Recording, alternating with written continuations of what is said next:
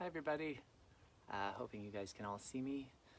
It's a bright, beautiful day here in Vancouver, so hopefully wherever you guys are at, it's really beautiful. Really excited to be filming this video from my backyard today. Who am I? My name is Trevor. I am the Education and Communications Manager at Sage. I'm also a trained herbalist, aromatherapist, and horticulturist. And I have had a fascination with plants for as long as I can remember. Ever since I was a kid, I was planting beans and I was, playing around with plants and just like wanted to learn more about them.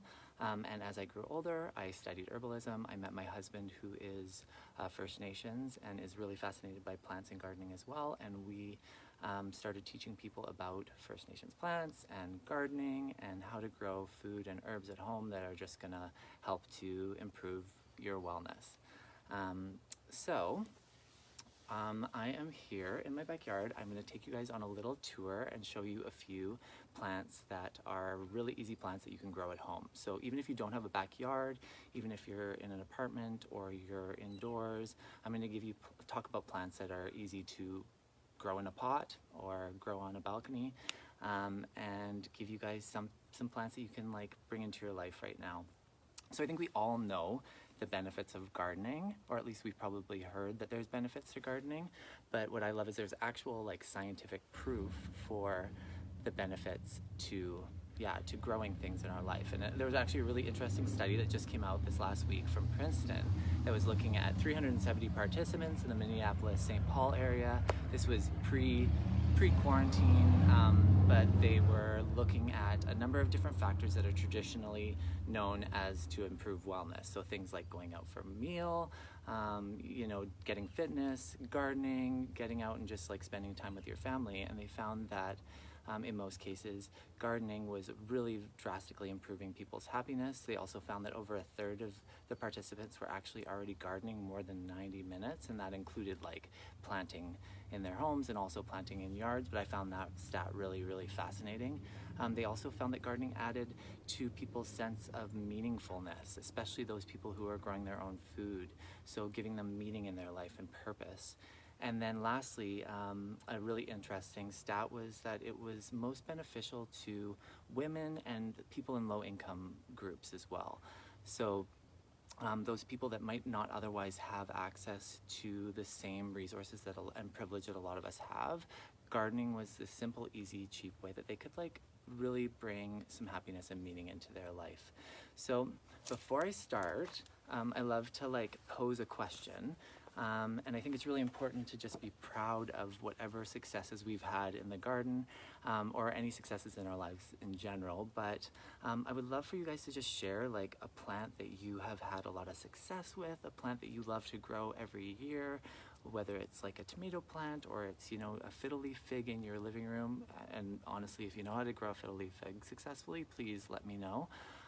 But yeah, share below, share some of your favorite plants, and or even just a plant that you really want to learn to grow in the future. And we're going to be like creating a bit of a community here and commenting and helping each other out and giving each other some tips. An important note before I start as well is just that the video I'm going to be doing is just for educational purposes as well. So none of this information is going to replace any of the very important advice of a health advisor. Trust your doctors and nurses if you are feeling unwell. This information is really just to give you guys a little bit more information about plants and hopefully pique your interest. And if you want to like introduce any new fitness, any new things into your life whatsoever, always talk to your healthcare practitioner. So my plant philosophy is all about getting more plants in our life, whether that's eating more plants, planting more plants, like just getting more plants into our life in general. And so the plants that we're going to talk about today are really first and foremost herbs. They're plants that are used in the kitchen. They're plants that can be used to create, some sort of culinary dishes or add to water. And when we were renovating this house, me and my husband, we basically took this like blank slate of a house, this scraggly backyard, and completely transformed it into a place that we could grow food, we could grow herbs, and we could grow plants that could like help with our wellness as well. So we've also created a place where there's a lot of like wilderness and critters and pollinators that are coming by. So if you can do anything, even planting something on your balcony is going to benefit nature and benefit the ecology of where you're living as well.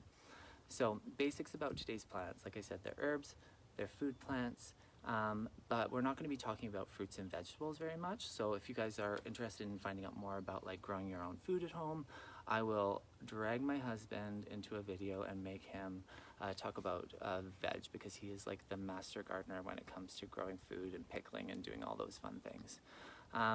So the first plant that we're going to talk about is actually this one right here. So I hope you guys can all see it.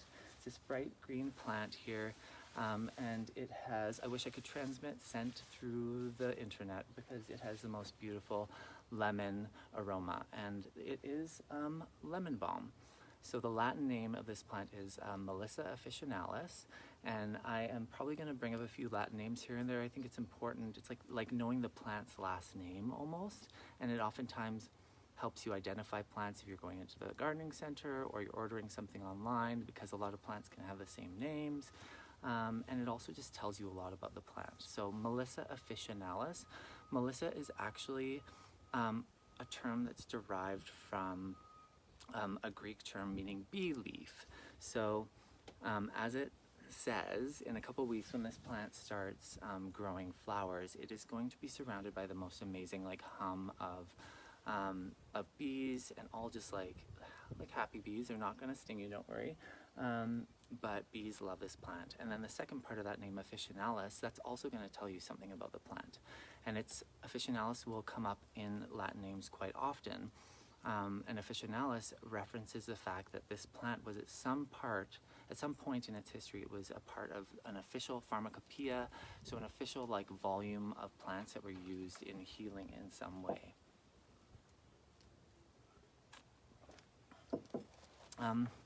So we are talking about lemon balm, and one of the most important things about this plant is that it's a part of the mint family. So a lot of the plants that we're actually going to talk about today are in the mint family, and the reason why I selected the mint family to really talk about today is because you cannot talk about easy plants to grow at home if you don't talk about the mint family.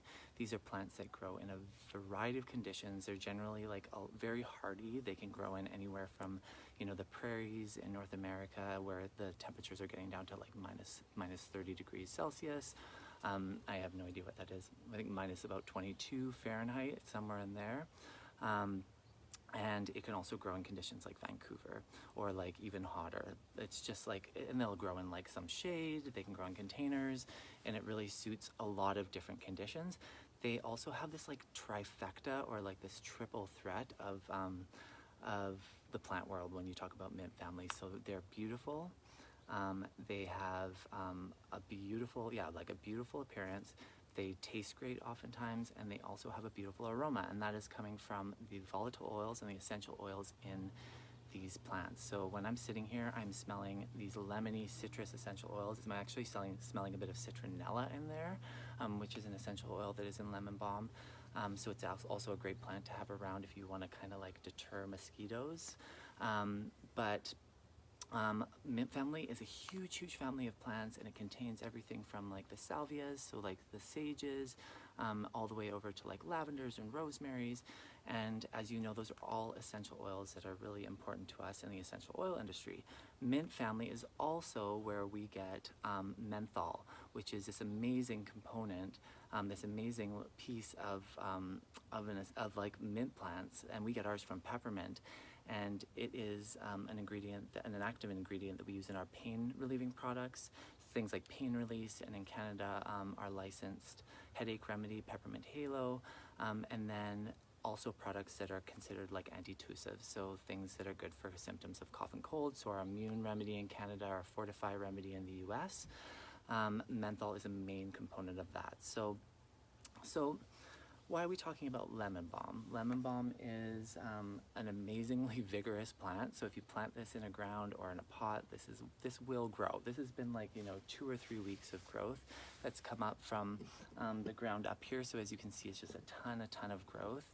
you can kind of like chop it down halfway through the year and use all of that plant material to make teas or baking or however you want to use it, and it will come back.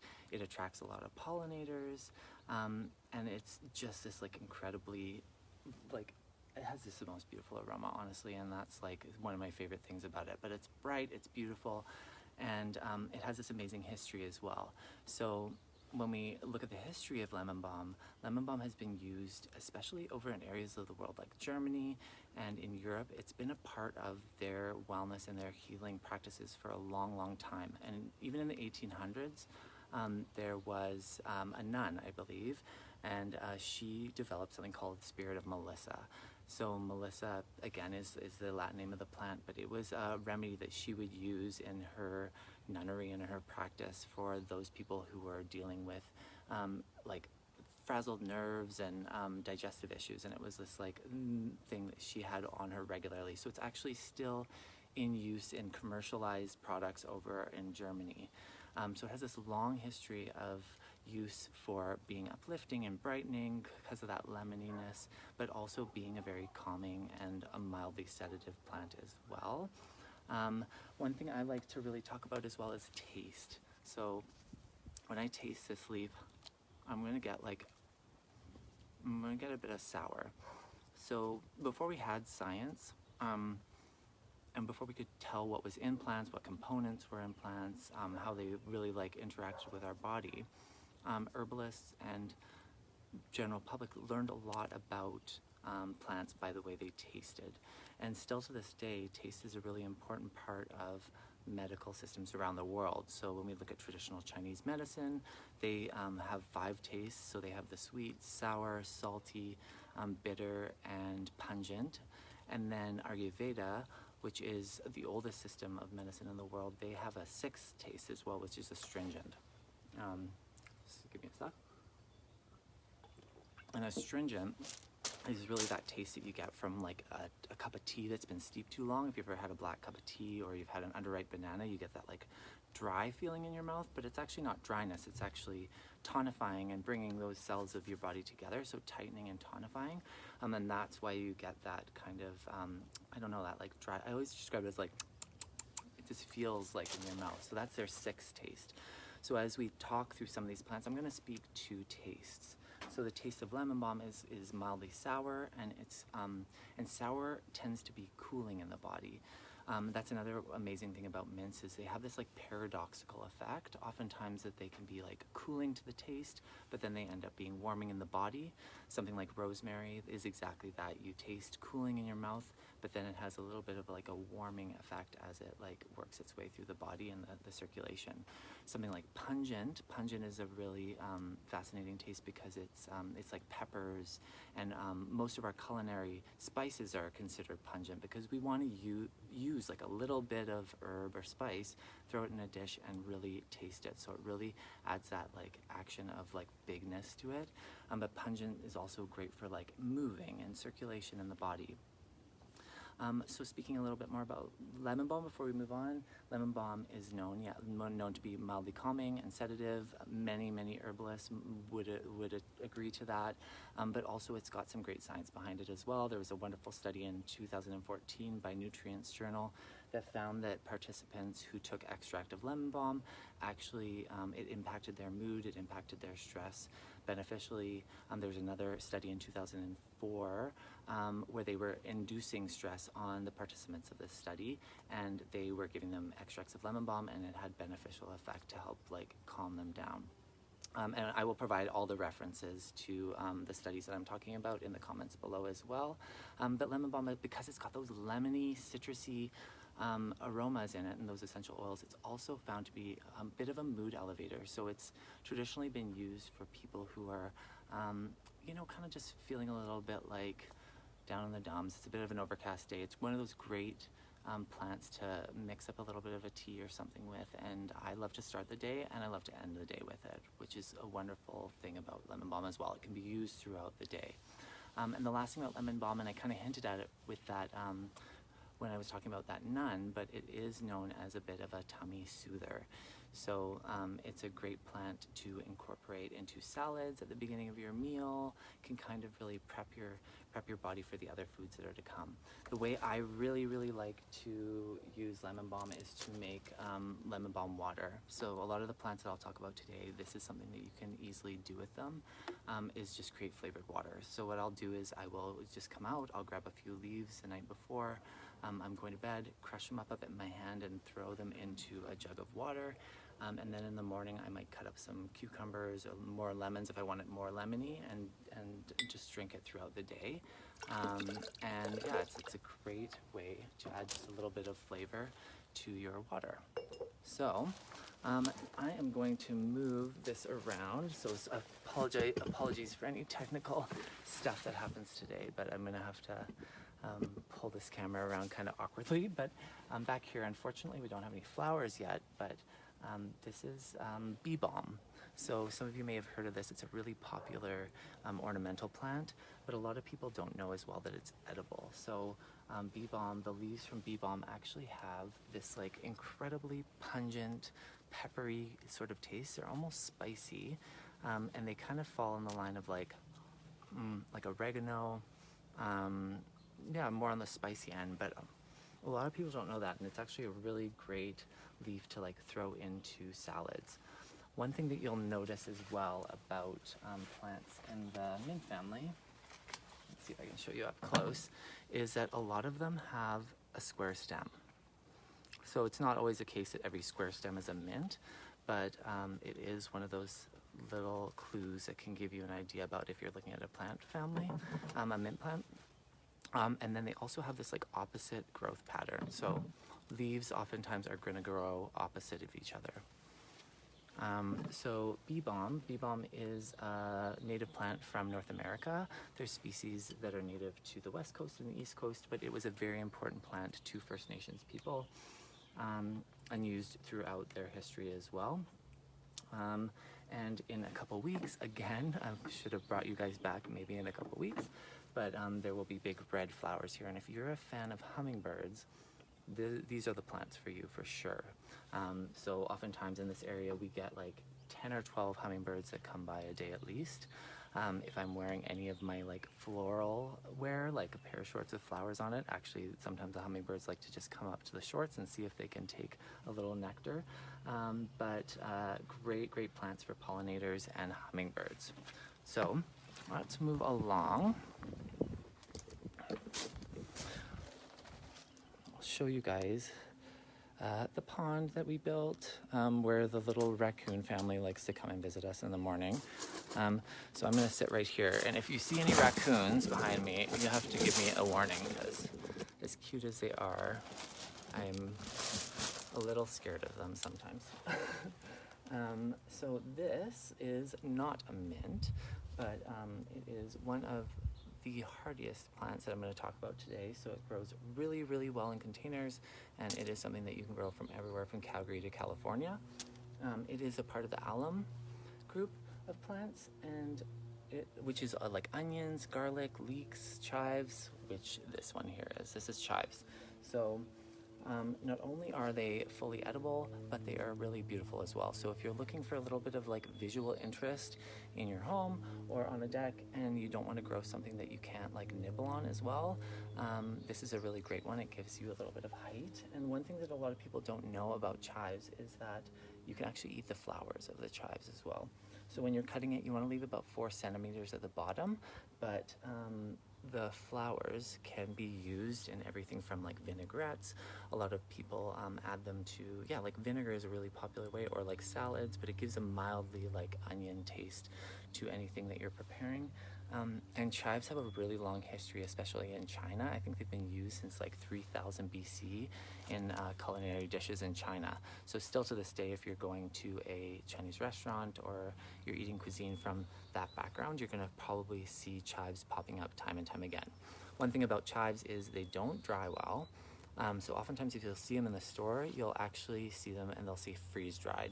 So that's a lot more difficult to do at home. So I often encourage people to just like cut them fresh, bring them in, chop them up, and put them on a baked potato. And if you're looking for them throughout the year, then it's probably a lot easier just to purchase freeze dried chives in the store.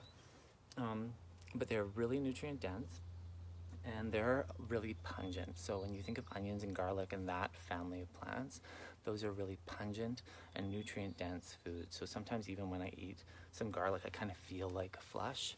I feel a little bit of warming in the body, and that's just that pungent quality moving things throughout the body. So onward bound. Okay, let's see if you guys know what this one is here, because she doesn't have any flowers on it yet. But this is, again, a plant in the mint family. It is going to have some spikes coming up from here. They're going to be purple flowers on there very soon. And we get an essential oil from this plant that is very important. It is considered the mother of essential oils, and it is probably the most popular essential oil out there. And if you haven't guessed already, it is lavender. It is English lavender, and it is Lavandula angustifolia.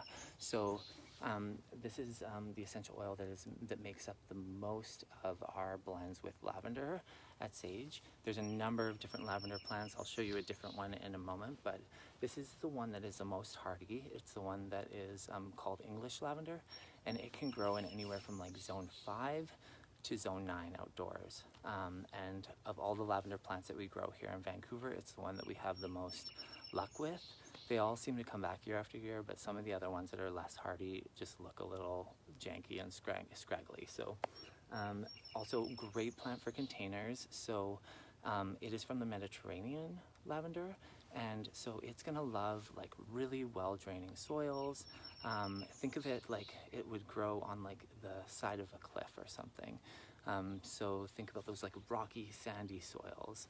So something like a pot with like a lot of like maybe broken plates or like rocks on the bottom, and then some really well draining soil. It's a plant that can grow indoors and outdoors. You just want to make sure that it's near a sunny window if you're bringing it indoors, and it's getting like 6 to 8 hours of good sunlight every day. Behind us here, see if I get the pair of scissors here, is probably my favorite plant. But so does anyone know what that is? Probably seen this one before. So this is rosemary. So this is Rosmarinus officinalis. Again, it has that officinalis because of its importance in different healing modalities around the world. This was considered one of the most important healing plants to the Arabics and to a lot of other Mediterranean cultures. It is a lovely mint plant, and it just has that, like, it's hard to almost tell with it, but it does have that square stem to it as well, which is indicative of the mints, but it has an incredible aroma, and it was known as the herb of remembrance.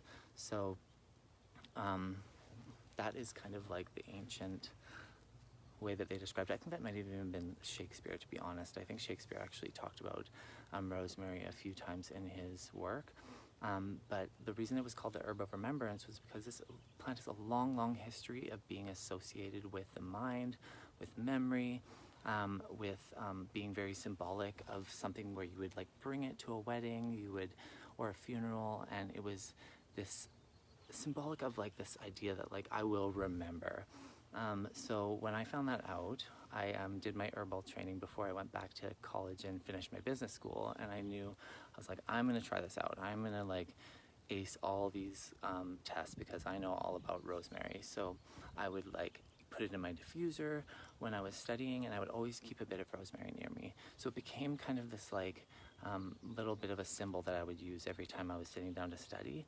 And so when I would go into an exam, I would actually stick it in my pocket. I would put my hand in my pocket and just like take it out and just give it a little bit of a smell every once in a while, and it always would kind of connect me back to the work that I was doing. So it became a really fun symbol of studying, and there's actually been quite a bit of science that supports that it helps to increase circulation, it helps to bring blood to the periphery of our bodies, and that is similar to how it's being used as like an essential oil. So this rosemary is used in a number of our products. It's also a huge essential oil, but the one that is by far my favorite would be our like energy roll-on, and I always have one in my pocket. But we use rosemary essential oil. We mix it with bergamot and basil, another mint family plant, to really help like invigorate and brighten and bring that sense of like just like uppityness.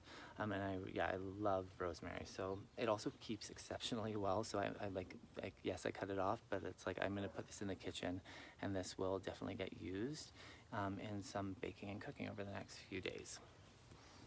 We have a few more mints here as well. This one here is catmint. So it is very closely related to catnip, but catmint, the reason why we planted this specifically instead of catnip is because we do have a lot of cats in the neighborhood, and as much as we love them, this one doesn't attract cats into the home as much as some of the other ones, because we certainly don't want them to be like going after all the like birds that are coming into the space and all the wilderness that is like now enjoying this lovely oasis that we've created. And let's see if you can see this here. I'll just cut off a bit. Another great thing about the mint family is like no matter how much you cut off, it's gonna come back again. So that's one warning I'll give you guys if we're talking about like stuff like mints. You just want to be careful about placing it in a place where you're not too concerned about it like spreading. A lot of these plants are going to go to seed very easily, and they are going to certainly spread. So it can be good to, even if you have a backyard, to plant some of these in some actual containers. But this plant here is again a part of the mint family. It's got a very pungent taste. The aroma is very powerful. It's used a lot in Italian cooking, and it is Marjoram Oregano. Like, I actually don't know exactly if this is Marjoram or oregano. They're very similar looking, and this is this would probably, out of everything I'm going to talk about, this is the one that spreads the easiest in Vancouver. I don't even remember planting oregano or marjoram, but it's everywhere. But it's beautiful. It brings a lot of attention from pollinators and bees.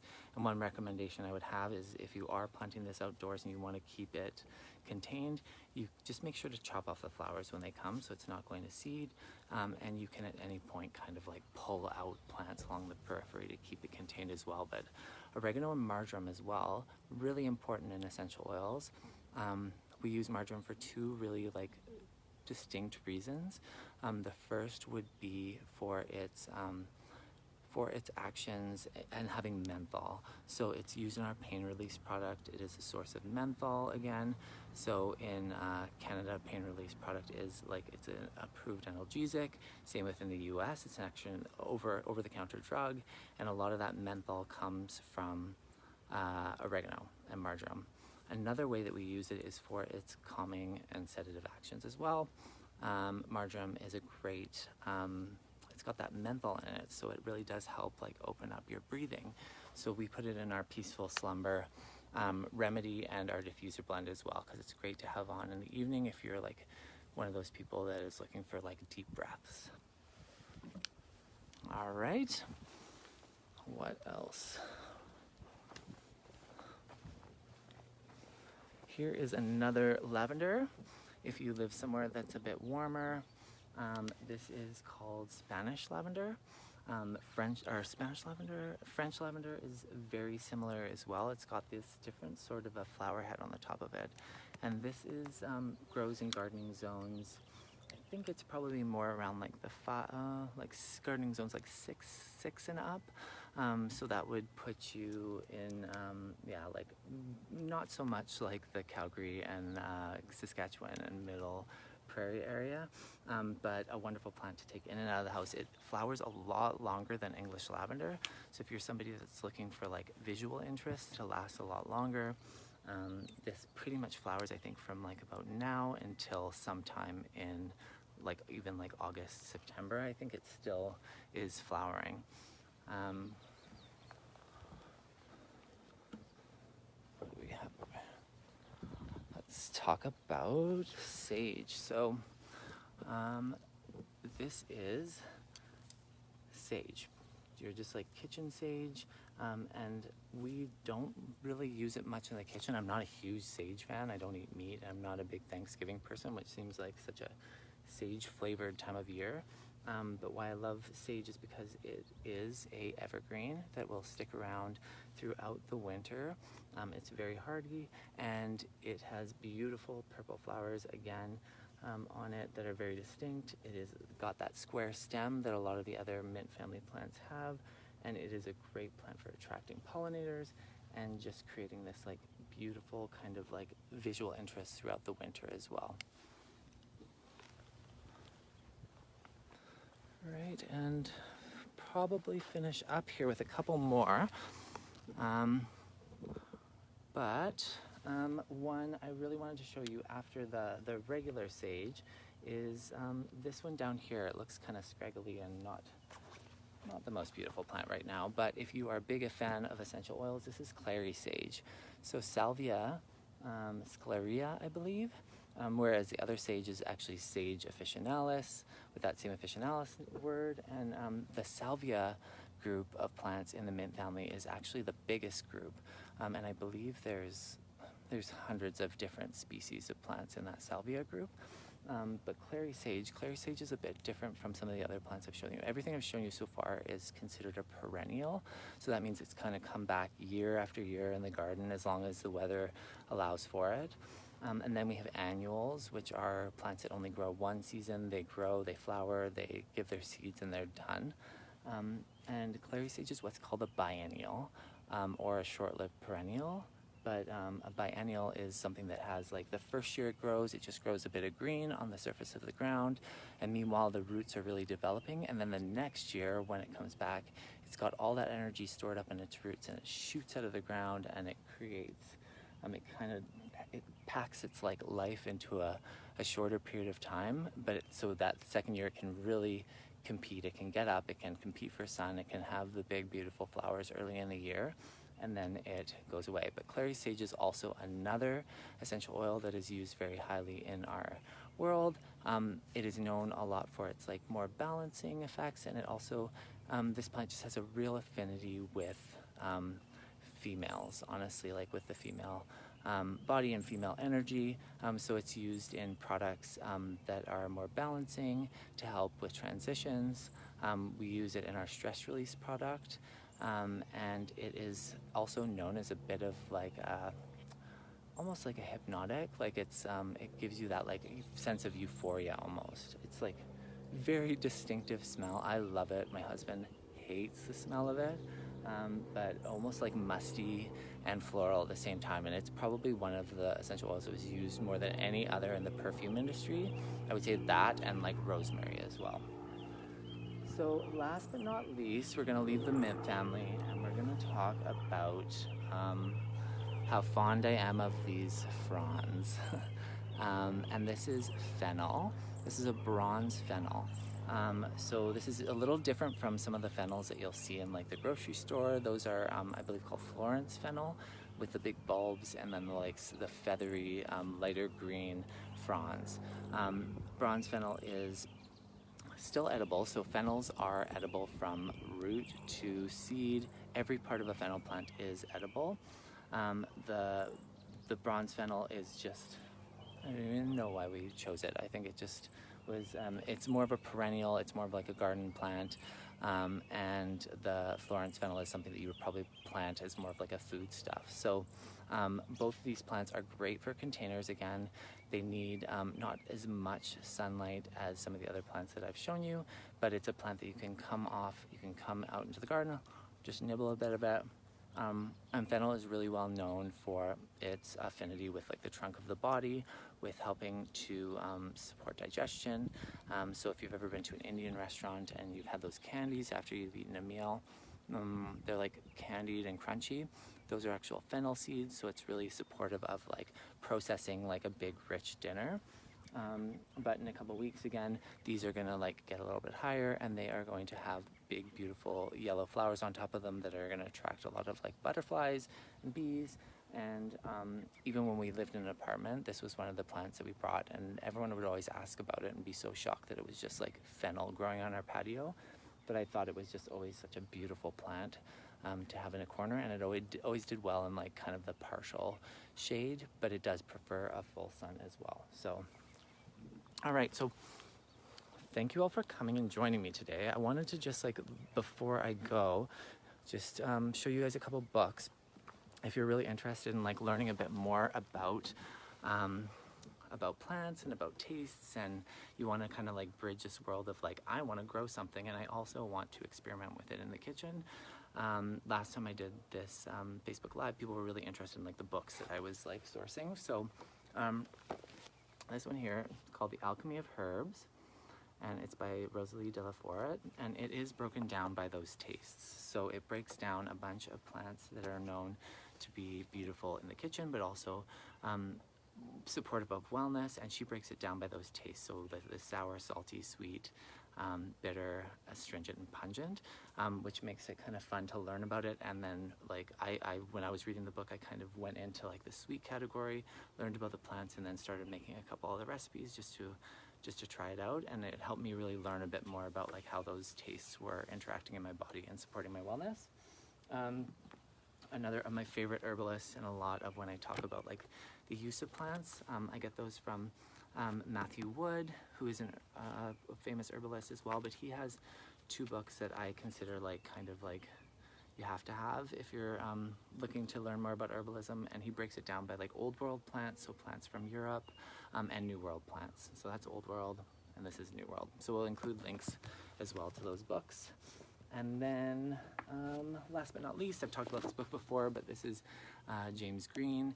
If you are interested in growing things that you can then bring into the home and create teas and creams and beauty products, this book is like one you have to have. So it's like the Herbal Medicine Maker's Handbook, a home manual. So again, we'll put the links down below.